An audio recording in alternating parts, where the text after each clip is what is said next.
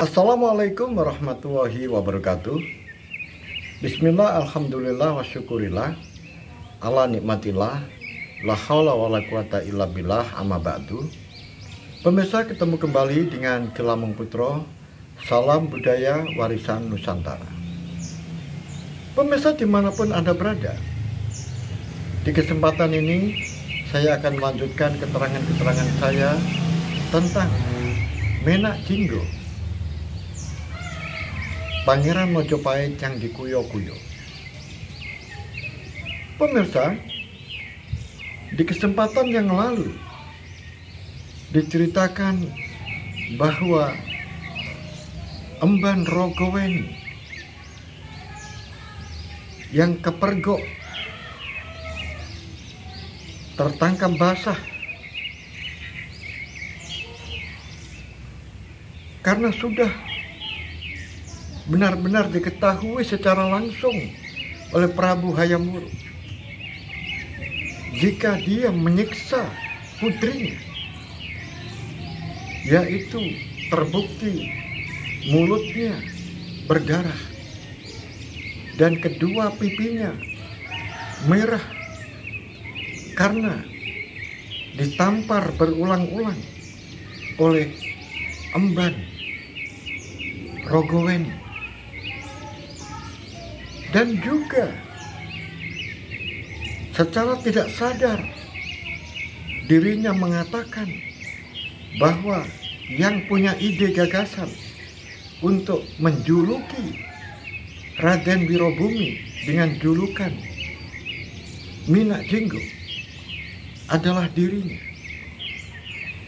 Oleh sebab itu Prabu Hayam Wuruk murka dan spontan memberikan perintah kepada Gajah Hanggon agar mempersiapkan agar Emban ini segera dihukum mati. Pemirsa dimanapun Anda berada, berita tentang Emban Rogoweni, emban kesayangan dari Paduka Sori, yaitu Permaisuri, yang dihukum dan sekarang dimasukkan di dalam kerangkeng bekas kerangkeng macan, menjadi berita yang hangat di istana Kerajaan Majapahit. Semua orang membicarakan tentang hal itu. Oleh sebab itu, pemirsa dimanapun Anda berada, akhirnya Gajah Enggon, Rakrian Mantri Mukya yang diperintahkan untuk menyelidiki masalah ini, akhirnya memberikan laporan kepada Prabu Hayam Wuruk. Laporan itu yang pertama adalah bahwa ternyata benar orang yang punya ide gagasan itu benar-benar murni dari Emban Rogoweni. Dan kemudian ide gagasan itu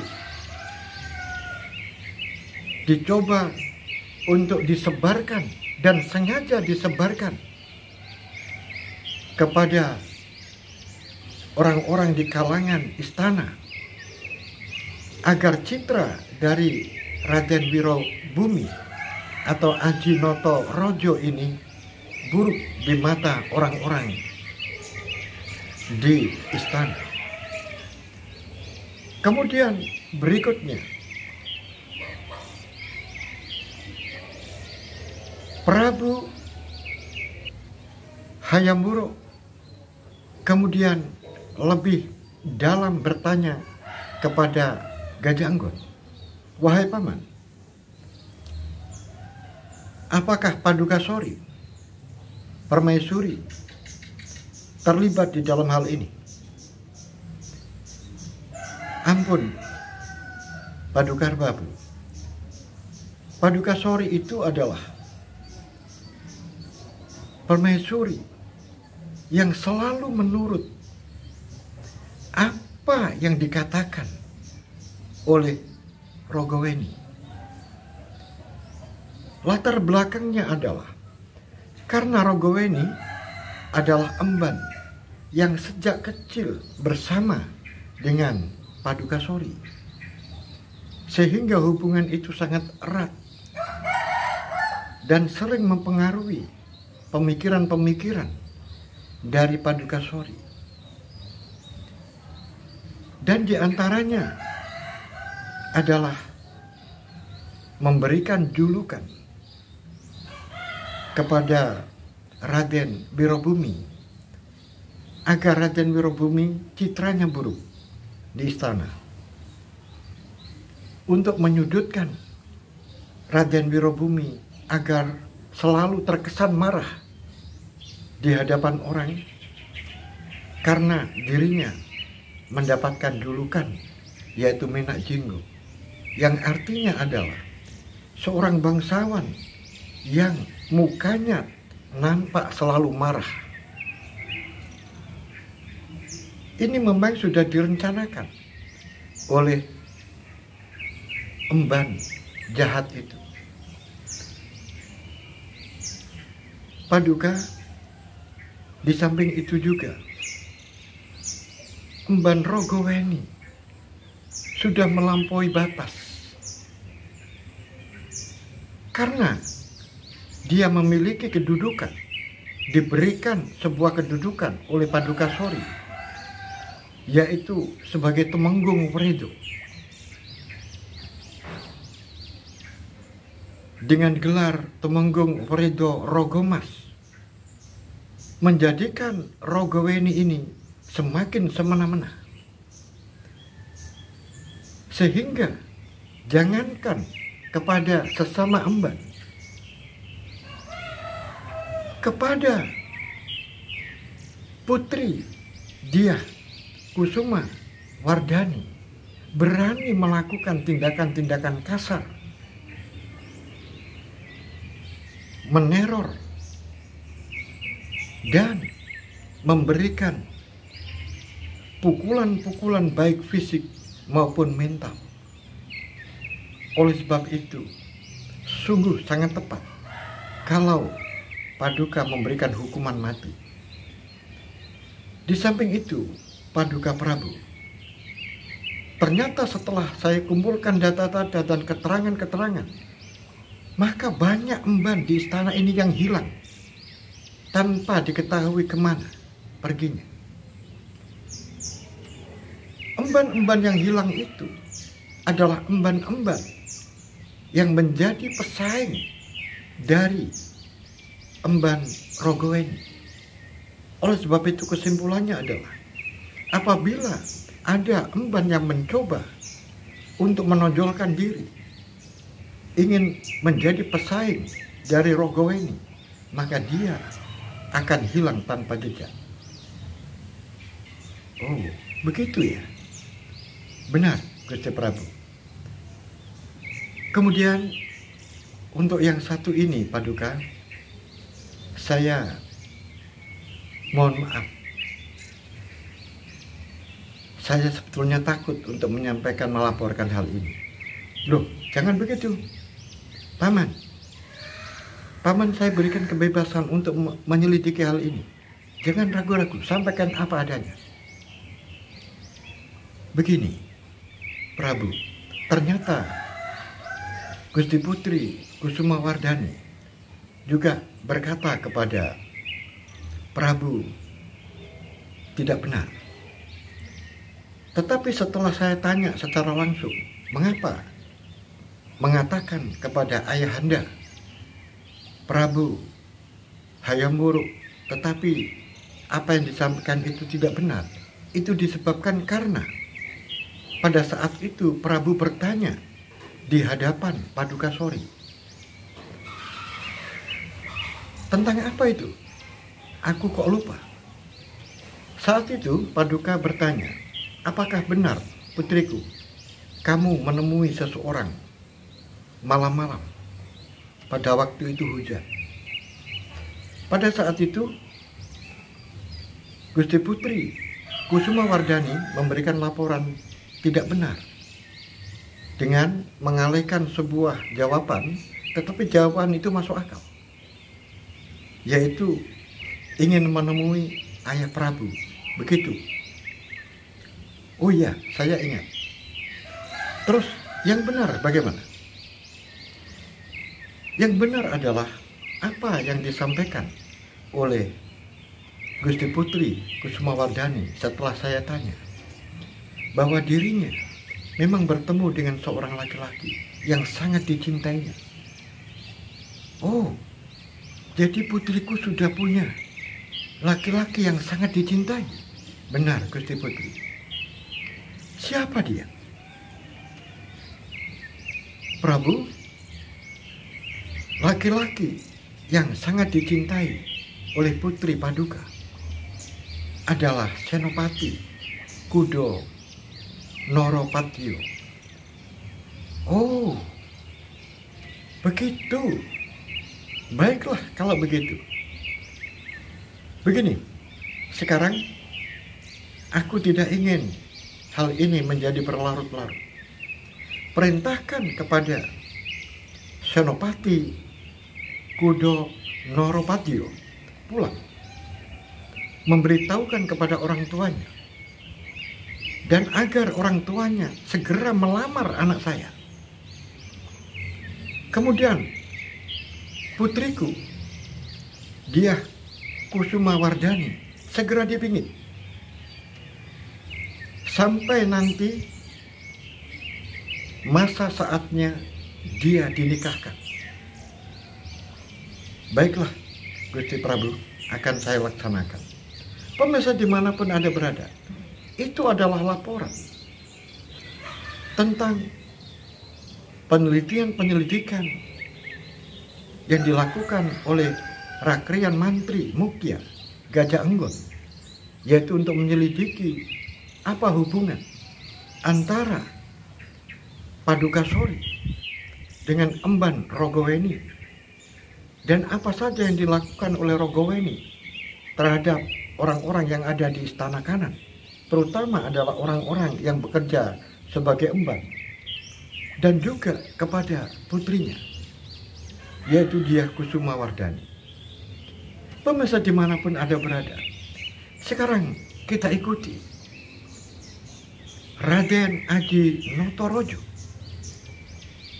atau Raden Wirobumi.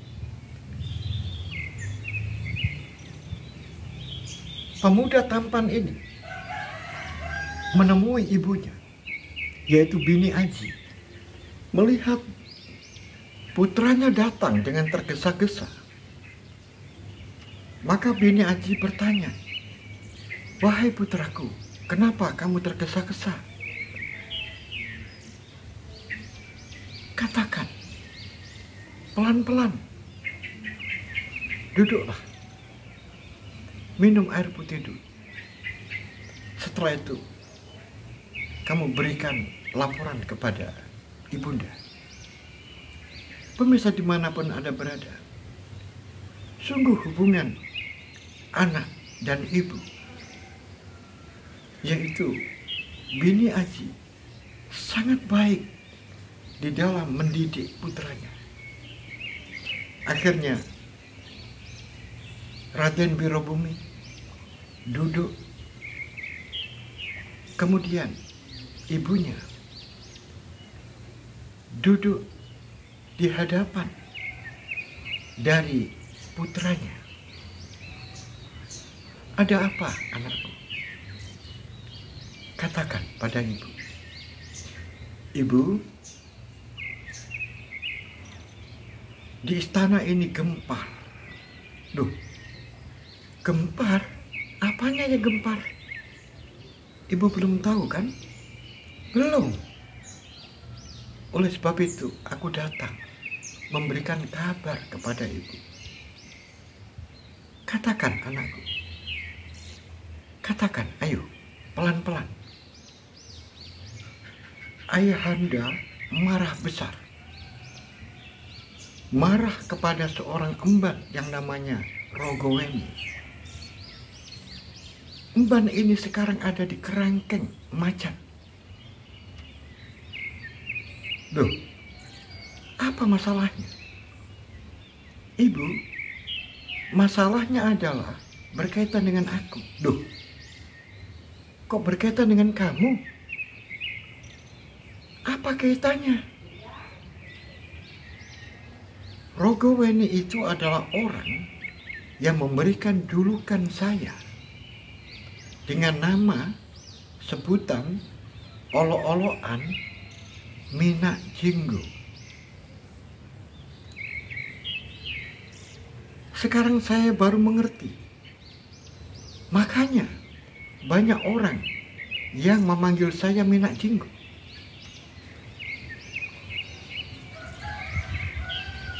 Bahkan orang yang paling dekat dengan saya, yaitu Gajah Noropati, sering memanggil saya dengan sebutan Mina Jinggo. Nah, sekarang saya baru mengerti. Ternyata orang yang memberikan julukan itu adalah emban Rogoweni. Kemudian terkuat bahwa di balik julukan itu, Ibu, ada maksud jahat dari Rogoweni agar orang-orang di istana ini tidak senang kepada saya. Kemudian ada tujuan yang ditujukan kepada saya agar ketika saya disebut dengan sebutan Mina Jinggo, saya menjadi marah. Marah sesuai dengan makna dari olo-oloan itu. Mina itu adalah seorang bangsawan. Jinggo artinya wajahnya yang selalu nampak merah karena marah. Oh, begitu. Tetapi Kanjeng Ibu sekarang menerima batunya. Ayah murka setelah mengetahui hal itu. Dan sekarang dia dihukum, dimasukkan ke dalam kerangkeng. Dan yang lebih miris lagi, Kanjeng Ibu, Ayahanda Prabu menjatuhkan hukuman Rogoweni itu dengan kedua kakinya akan ditali dengan tampar dan ditarik dengan dua kuda yang berlawanan arah. Sungguh ini sangat mengerikan, Kanjeng Ibu. Waduh, bagaimana ini? Ayo, aku ingin tahu. Rogoweni, memang dia seorang emban yang kadang-kadang melebihi batas. Antarkan ibu pergi ke sana. Saya ingin tahu, saya ingin melihat secara langsung. Pemirsa dimanapun Anda berada. Akhirnya Bini Aji bersama putranya, yaitu Raden Wirobumi, pergi menuju ke Teratak Manguntur. Karena Rogoweni itu dimasukkan ke dalam kerangkeng macan, yang mana kerangkeng itu ada di sebelah Teratak Kerambat Manguntur. Prabu Hayam Wuruk menyampaikan kepada Gajanggon agar segera menuju ke Teratak Kerambat Manguntur. Aku ingin bertanya langsung, menginterogasi langsung emban jahat itu. Oleh sebab itu, Prabu Hayam Wuruk, Gajah Enggon, dan para prajurit datang menuju ke Teratak Manguntur. Pemirsa dimanapun Anda berada, di saat Prabu Hayam Wuruk berada di Teratak Manguntur, pemirsa dimanapun Anda berada, ternyata di Teratak Manguntur, di sana sudah ada banyak orang emban Tritandi dan juga embang Tarangsri. Di sana juga ada Senopati, Kudo, Noropati.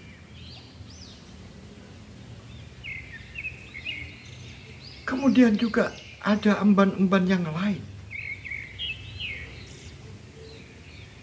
Tiba-tiba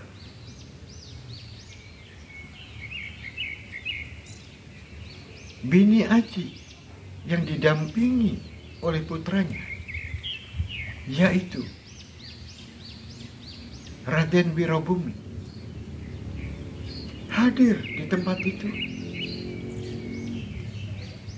Dan setelah diketahui ada seorang wanita yang terduduk dengan kaki yang terikat dan tangan terikat ke belakang yang bersandarkan di sebuah tiang, maka Bini Aji bertanya, kenapa harus diikat seperti ini? Kasihan dia. Ayo lepaskan. Jangan ditali.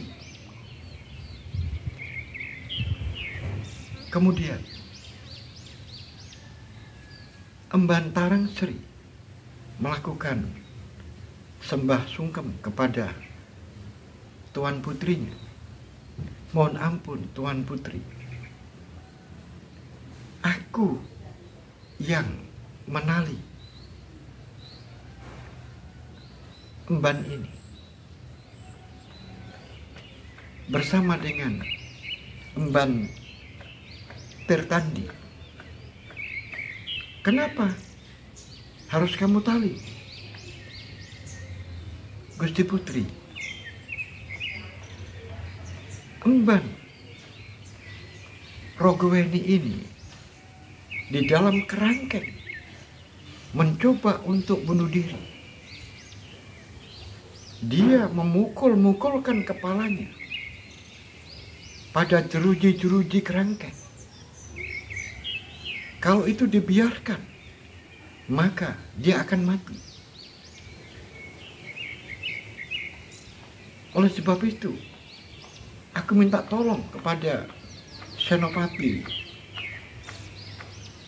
Kudo Noropatio untuk melepaskan, mengeluarkan dari kerangkeng itu. Kemudian ditali saja kakinya dan tangannya, dibondol di cagak ini. Tiba-tiba Gusti Putri Bini Aji ini tetap ingin melepaskan. Kalau tidak tangannya dilepas, kakinya saja dilepas, kasihan dia. Atau kalau kakinya tidak dilepas, tangannya saja dilepas. Tiba-tiba dari jauh ada orang yang bersuara keras, jangan, biarkan dia seperti itu. Semua mata memandang orang yang berteriak keras itu. Orang yang berteriak keras itu tidak lain adalah Paduka Prabu Hayam Wuruk. Biarkan orang jahat ini seperti ini. Biar dia menerima hukuman yang setimpal, karena orang ini benar-benar tidak bisa diampuni perbuatannya. Sambil berjalan, kemudian langsung duduk.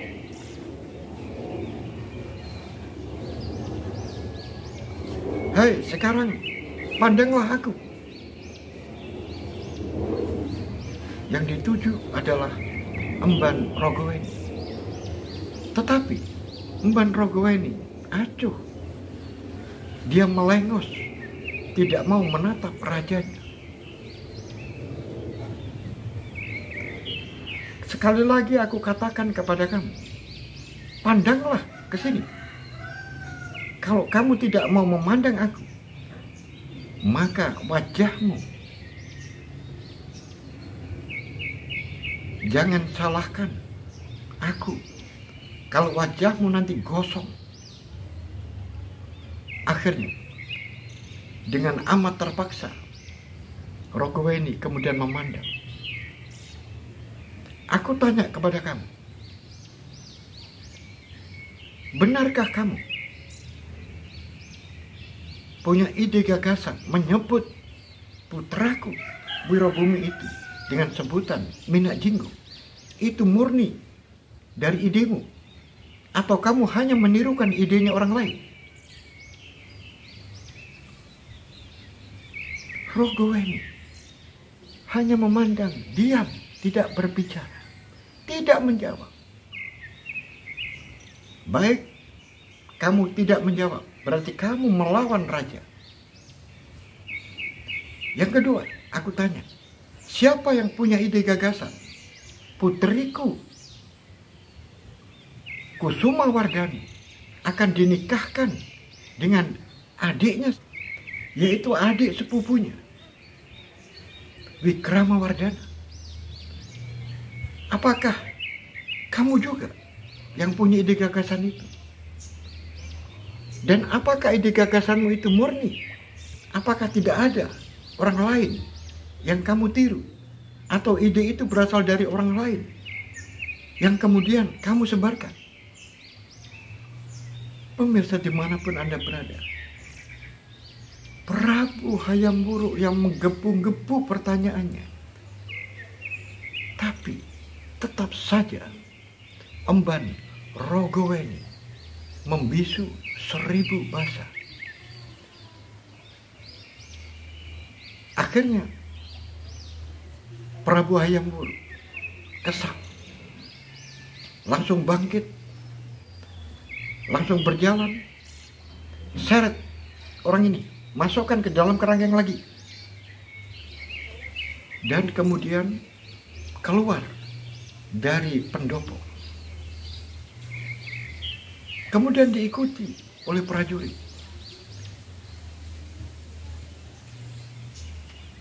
Tiba-tiba, belum sampai keluar dari undak-undakan pendopo yang paling bawah, di sana sudah ada putrinya, yaitu Kusumawardhani. Kusumawardhani yang duduk terpaku, kemudian disapa oleh ayahandanya. Kusumawardhani akhirnya berdiri, karena dia duduk mengetahui ayahandanya sedang turun dari tangga. Dan setelah disapa, kemudian berdiri dan kemudian merangkul ayahandanya, karena itu adalah kebiasaan. Kamu mau kemana, anakku? Aku ingin tahu, Emban Rogoweni, ayah Prabu. Kenapa kamu harus dekat-dekat dengan orang jahat itu? Jangan. Kamu tidak boleh dekat-dekat dengan orang jahat itu. Iya, ayah. Tapi aku ingin lihat bagaimana keadaannya. Baiklah, kalau begitu. Tapi kamu jangan dekat-dekat. Dia orang jahat, dia orang nekat. Kalau nanti terjadi apa-apa, nanti ayah yang mengalami kesulitan. Dia orang nekat. Akhirnya setelah itu Prabu Hayam Wuruk melanjutkan perjalanannya. Kemudian putri Kusumawardhani kemudian menapaki tangga-tangga di Teratak Manguntur, dan kemudian segera menuju tidak jauh dari Emban Rogoweni. Setelah itu pandangan Rogoweni terhadap Kusuma Wardani sungguh sangat sinis. Di dalam hati Kusuma Wardani kasihan, karena dialah orang yang telah momong dirinya sejak bayi. Dia juga punya kasih sayang kepada dirinya. Dia ingat ketika dia sakit, yang pontang-panting mencarikan obat adalah Rogoweni. Dia juga ingat kalau malam tidak bisa tidur, maka Rogoweni lah yang meninabubukan. Itu adalah nilai-nilai kebaikan yang pernah diberikan kepada Kusuma Wardani. Tetapi Kusuma Wardani juga ingat kekerasan-kekerasan yang dilakukan pada dirinya. Dimarahi, dibentak-bentak, bahkan dipukul. Kusuma Wardani tidak bisa menghitung berapa kali dia mendapatkan pukulan dari emban Rogoweni. Dari kecil hingga sampai perawat, sering sekali. Tiba-tiba dalam ketegunan itu datang Paduka Sori secara tiba-tiba. Kemudian duduk di kursi. Dan secara kebetulan dari arah luar sedang naik, yaitu Dyahwiyat, ibu dari Paduka Sori, yang di belakangnya adalah Raden Kudomerto, suaminya. Kemudian setelah berjalan, maka yang dituju adalah emban Rogoweni.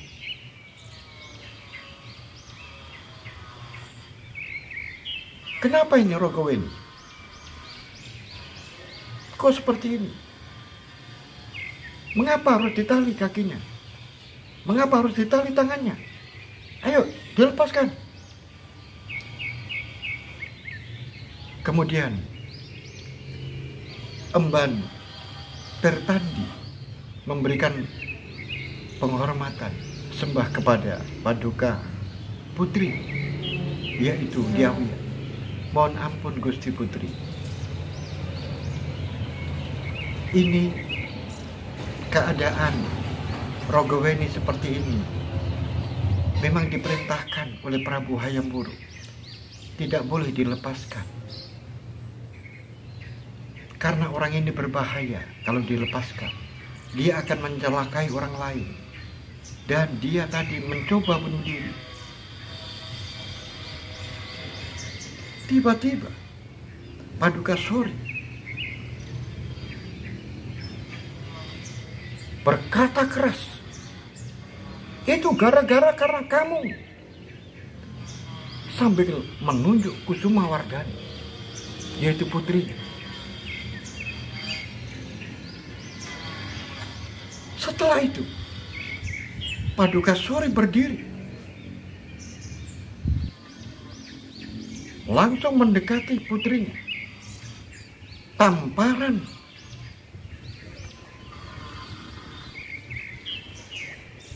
tangan ke wajah dari Kusuma Wardani dilakukan oleh ibunya berulang-ulang,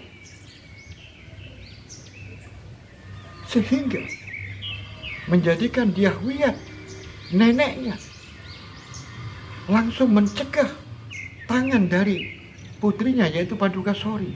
"Jangan kamu lakukan itu. Kamu ini sedang apa?"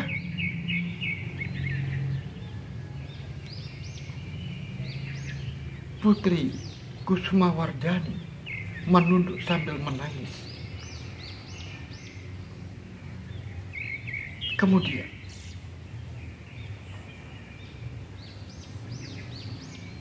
Dyahwiyat mendekati cucunya, kemudian dirangkulnya, "Jangan menangis cucuku."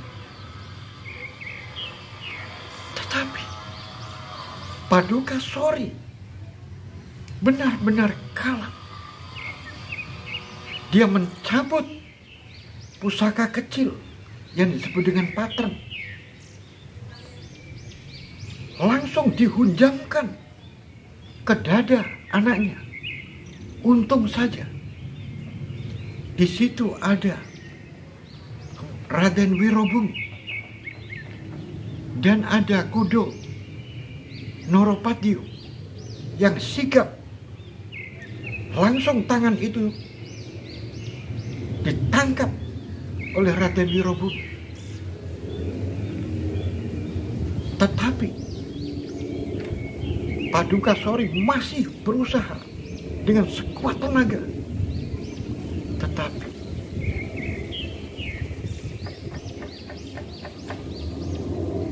Paduka Sori, seorang wanita, tidak akan mampu mengalahkan dua tenaga laki-laki perkasa, yaitu Raden Wirobumi dan Kudo Noropatio.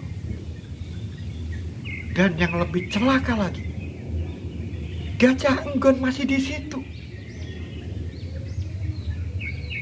Gajah Enggon menyaksikan langsung peristiwa itu.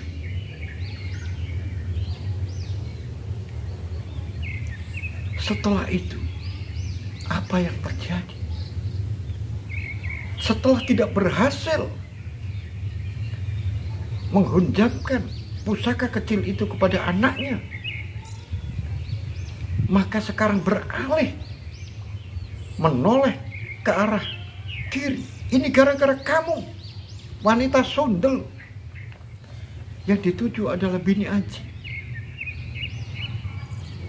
Betapa marahnya Raden Wirobumi. Ibunya dikatakan wanita Sundel.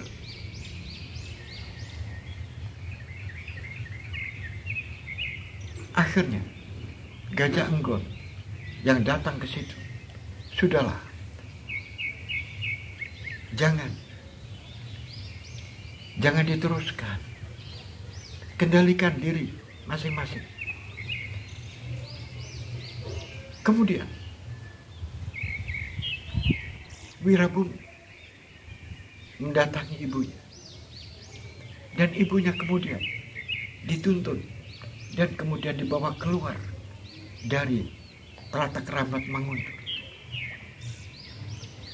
Demikian juga Putri Kusumawardhani kemudian dipersilakan oleh Gajah Enggon untuk ikut dirinya. Kemudian dicegah oleh neneknya, yaitu Dyahwiyat. "Mau dibawa kemana, cucuku?" "Mohon ampun, Gusti Paduka Putri Dyahwiyat. Aku diperintahkan oleh Prabu untuk memingit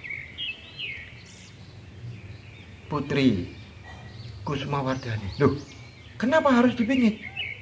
"Karena dia dipersiapkan sebentar lagi akan menjadi kemanten." "Loh, kenapa kok begitu? Apakah sudah ada laki-laki yang melamar? Dan siapa itu laki-laki yang melamar?" Betapa terkejutnya Dyahwiyat. "Mohon ampun, Gusti Putri, kalau masalah itu saya tidak tahu. Laki-laki mana yang akan dinikahkan dengan Putri Sekar Kedaton ini? Karena aku hanya diperintahkan untuk membawa Putri Kedaton ini dan agar segera dilakukan pemingitan sampai masa pengantin tiba." Pemirsa dimanapun Anda berada, akhirnya Gajah Enggon dan Putri Sekar Kedaton, yaitu Dyah Kusumawardhani, pergi meninggalkan Telatak Rambat Manguntuh, dan nampak di sana seorang paduka sori yang bersandar dengan kursi, matanya, pandangannya kosong. Benar-benar dia stres berat. Dan kemudian sebelum Gajah Enggon pergi meninggalkan Trata Krambat Manguntup, memerintahkan kepada Senopati Kudo Noropatio dan beberapa prajurit untuk memindahkan Emban Rogoweni, dipindahkan ke penjara. Pemirsa dimanapun Anda berada, bagaimanakah kelanjutan ceritanya? Oleh sebab itu, ikuti terus cerita ini hingga akhir. Sampai di sini. Akhirul kalam. Billahi taufiq wal hidayah, waridha wal inayah. Assalamualaikum warahmatullahi wabarakatuh. Salam budaya warisan Nusantara.